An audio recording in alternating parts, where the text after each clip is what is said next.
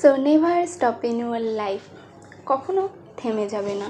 তুমি যে কাজটা আজকে করছো সেটাতে তুমি হয়তো সফল হচ্ছ না, বা তুমি অনেকবার ট্রাই করছো, ফেলড হয়ে যাচ্ছ, সফল হচ্ছ না, কিন্তু এর মানে এই না যে তুমি কাজটাকে ছেড়ে দেবে।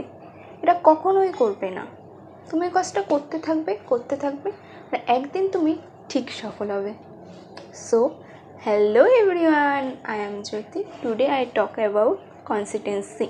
Today's topic is consistency. তো চলো শুরু করা যাক। কিছু মানুষ আছে যারা খুব তাড়াতাড়ি সাকসেসফুল হতে চায় নিজের লাইফে। হ্যাঁ, এটা ঠিক আছে যে তাড়াতাড়ি সাকসেসফুল হতে চায়, কিন্তু তারা হার্ড ওয়ার্ক করে না। তারা চায় আমি 5 মিনিট কাজ করব, 5 মিনিট পর সাকসেসফুল হয়ে যাব, এটাই ভাবে তারা। কিন্তু এটা তো আসলে বাস্তবে হয় না, এটা তো হওয়ার নয়। তুমি যদি সাকসেসফুল হতে চাও তো তোমাকে ডেলি কাজ করতে হবে, ডেলি পড়তে হবে, ডেলি ভিডিও বানাতে হবে, তারপর না তুমি সাকসেসফুল হবে। এবার যদি তুমি এখনই যদি হুট করে সাকসেসফুল হতে চাও, সেটা কি করে হয় বল? সো চলো তোমাদের একটা এক্সাম্পল দিয়ে বোঝাই। তো একটা স্কুলে দুটো স্টুডেন্ট ছিল। একটা স্টুডেন্ট ছিল ইন্টেলিজেন্ট, মানে পড়াশোনায় খুবই ভালো, আর একটা স্টুডেন্ট ছিল অ্যাভারেজ, মানে মোটামুটি ভালো, খারাপ না, মোটামুটি ভালো। তো সবাই ভেবেছিল যে যে ইন্টেলিজেন্ট স্টুডেন্ট, মানে যে পড়াশোনায় খুব ভালো, সে ফার্স্ট হবে।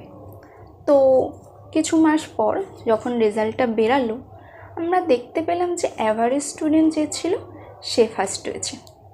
কেন?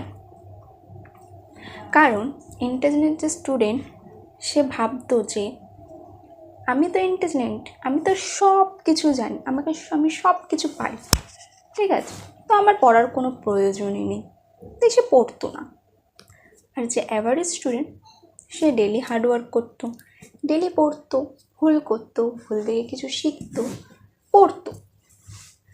সো যখন রেজাল্ট বেরায় তখন আমরা দেখতে পাই যে ডেলি পড়তো অ্যাভারেজ স্টুডেন্ট, সে হায়ার মার্কস পেয়ে গেছে, কারণ সে কনসিস্টেন্ট ছিল, তার মধ্যে কনসিস্টেন্সি ছিল, এর জন্যই সে হায়ার মার্কস পেয়েছে।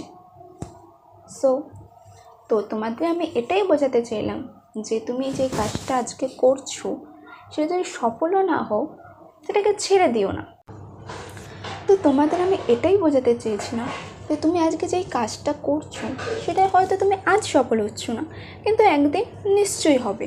তোমরা সেই কাজটাকেই মন দিয়ে করে যাও।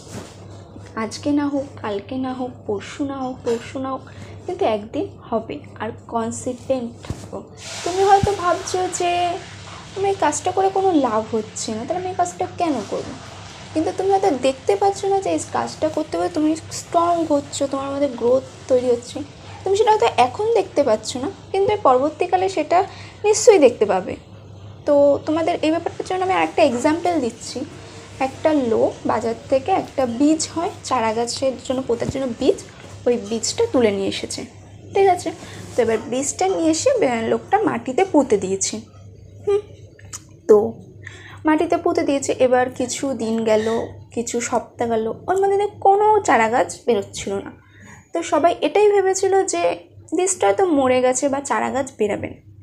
কিন্তু একটা জিনিস ঘটল, কিছুদিন পর দেখা গেল যে বীজটার মধ্যে দিয়ে একটা চারা গাছের মতো বেরালো।